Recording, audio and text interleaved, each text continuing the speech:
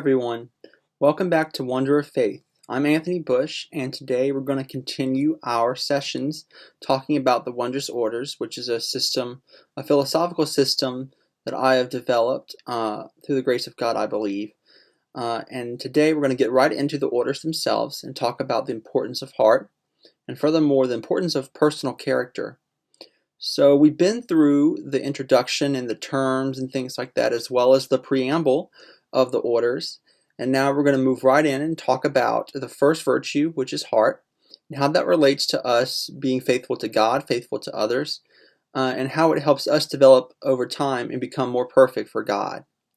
So we're going to talk about the order of heart. So within the orders, there are 4 virtues, each one with its own order, and the first being heart. So beginning here in the book, which is right here, once again, it's called The Wondrous Orders. It's available on Amazon, $16. I'll leave the link in the description below. So the first order of heart states, in order for the faith to thrive and be sustained, a loving heart is necessary in order for the gift of empathy and relation to the Lord to be possible. All acts in the faith come forth from this love and ground the ideals of faith in strong and indestructible strength. Therefore it shall be known that from love comes all the orders. It is the first virtue of faith and the hallmark of Mary our Mother, who stands by the Church and therefore beside our own hearts.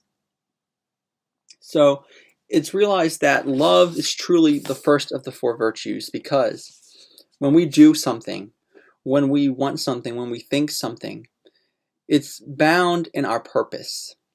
And what greater purpose is there than to love everyone around us? Now, to love, of course, we don't mean to allow others to do whatever they want or to accept all their life decisions. That would not be loving them. That would just that would be us wanting to do what's easiest. But it means to be active in their life, to want what is best for them as we know it to be, and to try our best to support them, but also let them know whenever they go astray or whenever they're doing something that is not beneficial to them. But today we're going to talk about heart in the first doctrine, which there are 4 for each order, and that's character. So character, of course, implies that we're going to be talking about love in relation to ourselves, and what it means for us to be a loving person, what it means for us to be upstanding children of God, especially when we represent ourselves in the world of today. Because as Christians in the modern age, we've come to the point where we have to be representative of the church in a world that does not know it. And that can be quite a difficult thing. There's so many different influences and ideas going around, and it's hard to sift through them and find the truth at times. But we know that God, in His grace and His mercy, will guide us through the church and through our consciences. And by developing character, we hope to make this more perfect and unite our wills ever more closely to the will of God. So in the Doctrine of Character it says, in order to love others, we must love ourselves. Through sin, we tell the world that we do not truly love who God has made us to be. It is imperative to know as a foundation what it means to have character and be faithful to our God-given hearts. So I want to talk about this aspect of sin for a moment, because think about it. Anytime we sin, and we know that we're sinning, we're choosing a path that is against the path that God has placed before us. If we envy over someone else's appearance, we're telling God that we don't like the way that He created us and how we look. If we lie to someone, then we are denying being open to them or giving them what they deserve, which is truth. And so we must always be able to evaluate, most especially in the examination of conscience, which is the process of discerning one's sins before confession. We must always discern, how are we going against the will of God? How are we making our lives about ourselves and our selfish wants instead of what God wants it to be? Because to love yourself means to love God and others. They're really inseparable, because God created us for others. So when we love ourselves, We love who God made us to be, and we love the work He has put into making us. And then we also love others who we serve by loving ourselves and our God-given gifts, which allow us to be there for others. And so, we're going to go through the 10 rules of the Doctrine of Character, starting with number 1. There is never to be an acceptance of shamefulness for living out the faith. So it's understood as Catholics that the center of our lives, the center of what makes us us, is the faith that we live out. The decrees of the church, the truths of the church, the great culture that the church has provided through the centuries. It's not just gone because we have new movies or new secular substitutes for that culture. But regardless, we are first Christian people. We are first called to represent the faith and be faithful to God in everything that we do, whether we're talking about religion or not. Even if we are eating somewhere, we're not going to be rude to the person we're eating with or treat the server like a second-class citizen, because we know that they have a God-given dignity as well. And even in these indirect actions and words, we are telling the world that we are of God and only of God. And it can be hard at times to let that show. We know at the end of the day that the one thing that matters most is our faithfulness and relationship to God. And everything is secondary to that. Now, just because it's secondary does not mean that it's worthless, because through those secondary cares and actions, we show our faithfulness to God. And they're very important in conveying that and helping us to become closer to God. So number 2, there is to always be present an understanding of self-dignity. So people are very keen on picking up on how we think of ourselves. If we go out and we're very unsure of ourselves, or we don't seem to care about how we are perceived by others to an extent, then it becomes very easy for others to see that we have no self-confidence, which means we have no confidence in the faith we live out if we are professing to be Christians and Catholics. So it's important to let others know that we do care about ourselves. At times we may be upset with ourselves or feel like we're not good enough, and that's perfectly normal. But we're called to get past that stage and once again realize that God created us with a purpose. God created us with beauty that is innate to our human nature. And so we have to trust in God's will and plan for us, that He created us with a plan that is foolproof, that ends in the salvation of our souls, and that allows us to spread the news of that salvation through the gospel to others as well. So it's always important that we don't let the world, what's all around us, to influence how we see ourselves. But remember, because we are calling ourselves to serve God and God alone, that we have a plan that is far greater than the everyday tribulation. We have to see the big picture to understand that we are worth something. Just because we're not good at something doesn't mean that we're worthless, because we have an innate dignity that cannot be taken away by others, plain and simple. Number 3, patience is to always be a virtue within the heart. And patience is very important, not just with others, but with ourselves. No one learns to swim right away, or no one learns to play an instrument to the best of their ability in 5 minutes. It takes time, it takes practice to develop ourselves. And it's that endurance, it's that patience that yields the fruit of our labor. And so we must always be able to see that we have faults, and everyone has faults, but we can work on them slowly but surely and become better over time, and not right away. If we fail, we have to get back up again. And just because we keep falling doesn't mean we stop, because we're called to go again and again before God, reach for Him, ask for His help, and hope that through His grace we can overcome any evil or any obstacle. Number 4, there is to never be a judgment of prejudice held against the character of another. So this is a very important rule, because what do we mean when we talk about prejudice? Within the context of the orders, we're referring to treating someone less than because we feel they are lacking in some way. That's to say that we basically are telling ourselves that we're better than that person. And we know through grace and through faith that that's just not true. No matter who someone is, we all have equal dignity as human beings. We're all the same in value. And so to say I'm better than a person just because they're lacking in some way is telling yourself a lie. And once again, that's a show that you have a lack of self-dignity. Because usually you see this with people who tend to bully others. They will demean someone else's value so that they can better or feel better about their own value. And it's a lie they tell themselves just so that they can feel just in that moment that they're better than someone else. When in actuality, we all know that we're all equal before the eyes of God. And so we can't judge someone else because they're lacking in some way, or that maybe they have an addiction or a sin that just seems horrible to us. But this does not mean that we allow them to continue down that path.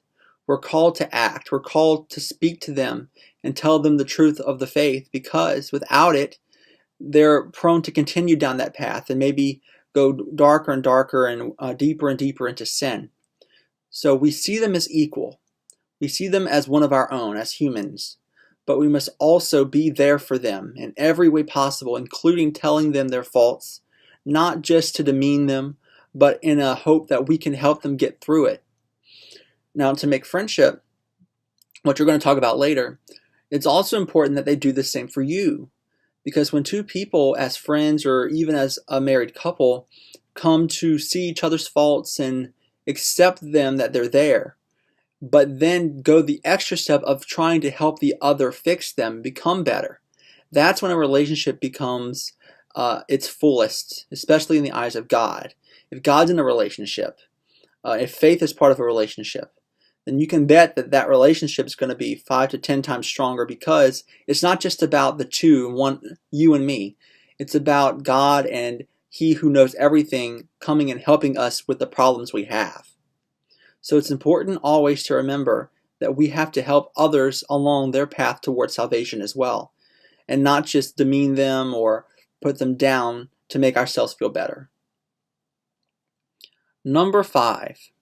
Integrity is to always be achieved through the vision of a spiritual person. So integrity. This has to do with us not giving up our values just so we can fit in. I don't know how many times I've seen it, especially in high school and middle school, that peer pressure wins out over personal integrity. It's so easy to go along with the group so that you can belong. It's called the group mentality. But as Christians, we're not part of a group mentality. We're part of a God mentality. Because God, who is personal with every single person, He doesn't just see us as, oh, it's a group of people, oh, all the humans are like this. But He's personal with every single one of us. And so we are called to emulate Him and to be personal with every single other human on this earth that we're called to be a friend or an acquaintance with. And through the individual relationships, we break that group mentality and don't just go along with the majority. Because just because a majority says it's true does not make it true. Objective reality says whether something is true or not. And so we are called to always hold on to our values, no matter what situation we find ourselves in. Because that's what it means to be faithful to God. Reminds me of St. Peter. At the time of Jesus' condemnation, he was so easy to deny Jesus 3 times because people were pressuring him and he was fearing for his life. And I can't say I'm any better than him. We all have done it before. Maybe we're scared to wear our crucifixes, or we're scared to pray because in public because we don't want others judging us or seeing us in some fake way. But in the end, we have to take the chance, because without showing the world the faith, how are we going to convert them and show them the truth? How are we going to be able to stand before them and tell them that we have the way forward? We can't unless we have the confidence, unless we have the courage to stand up to the world. Be in the world but not of it, and let that always guide us in our actions. Number 6, be humble and turn away from the sin of pride. So going along with the self-dignity aspects that we talked about earlier, pride is quite a powerful sin, because it's so easy, just because we're the bearers of the truth and of the gospel, we can feel that we're on top of the world and that we can lead others and that we must be this great person. But once again, we know in the bottom of our hearts that we're sinners just like everyone else. And our pride may hide that aspect for moments or for years if we allow the habit to pick up. But we know that we are the blind leading the blind. And the only reason that we succeed in converting others and spreading the gospel is because God is there with us to give us the grace to continue onward and to be successful. It's not because of our gifts or what we've done, but what God has allowed us to do for others. And so when we ever feel like we've been successful in some way, we must always thank God first, because He's the one that's allowed and given us such a gift. Not by our own power, by His mercy, by His generosity. And so pride must be destroyed.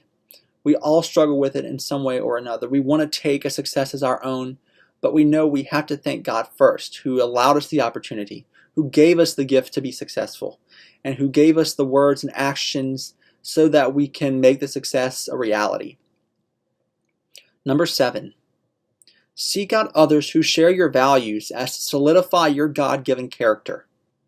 So we talked about the mob mentality being a bad thing. And as this is true for negative things, a group can also be very helpful in reaffirming the values that are good. If you have a group of people who are all searching for Christ, who are all trying to better themselves and reach salvation, then the group mentality in this respect strengthens your ability to be faithful. Because you have people who understand your worldview. You have people who are wanting what's best for you and wanting you to succeed. And so it's always good to have or find a group of people who share those values so that you can be recharged, regenerated, and given the inspiration to continue on your mission. So it's important to go to your local church or find a group of people, a lay group maybe, or even getting some priest friends to help you to discern the will of God and help you stay faithful to the church. Because you know that it's true, you know that it's your best kept gift, but we don't want it to be ruined or forgotten. And so it's always good to have people to remind us again and again about what's important in our own lives and in the lives of those we serve. 8, be an example that yields inspiration in the hearts of others. So when we talk about our personal character, that means that we're always thinking about the other, even though we're managing our own actions, our own thoughts, our own words. So when we are in public, for instance, we shouldn't be so worried about how we appear to others in the sense that, oh, I said the wrong thing, or I don't want to hurt their feelings and say this. But we have to act as if we're the servants of the other that we're talking to or working for. When I present myself to a friend in public, or when I'm at a restaurant, like I said before, I'm acting as if I am serving those around me, even if they're serving me. So if I smile at someone, open a door for someone, say good morning to someone, I'm doing it for them. I'm doing it to serve them so that they can feel loved. Because in the end, that's what's important, and that is what leads us to God, who is love. To show others a sense of love or give them that bright moment they may not have for the rest of the day. We're allowing them to see Jesus within us, and perhaps that'll bring them closer to the Christian truth. So regardless of where we are, we always have to remember we're serving everyone around us, even if we're worried about our own behavior. Number 9, be vigilant as a guide and friend to others in order to strengthen the character of all. So when we talk about relationships, like I said before, we're not just talking about having someone be our friend so that we can feel good or that we can feel belong to, or so that we can feel like we belong. We have to remember that if we are truly a friend to someone, we can't just smooze over the truth. We can't just hope that they'll change their mind. We have to be an active part of their decision making in changing their hearts for the better. As a friend, I'm not going to accept someone just because they say that they need to be accepted or just because they want to continue down a sinful way of life. What I am going to do is I'm going to tell them I'm their friend. I'm going to tell them that I care for them and that I love them. And because I love them, I am going to try to help them for the better. It doesn't mean I'm going to chastise them or judge them or hit them hard with Catholic language or Christian language, but I am going to use every opportunity possible to show them the truth, in the hope that eventually, the more and more they're exposed to it, they're going to understand it themselves and become better people. And that's very important, because just to be friends, to have someone, is not truly a friendship. That's you once again worrying about your wants and your selfish needs. And that's not what being a loving individual and being a Catholic or Christian is about. It's about caring for everyone else around us and being selfless and pouring out of ourselves. Number 10, do not make promises you cannot keep. So this is the last rule within the Doctrine of Character, and it's an important one.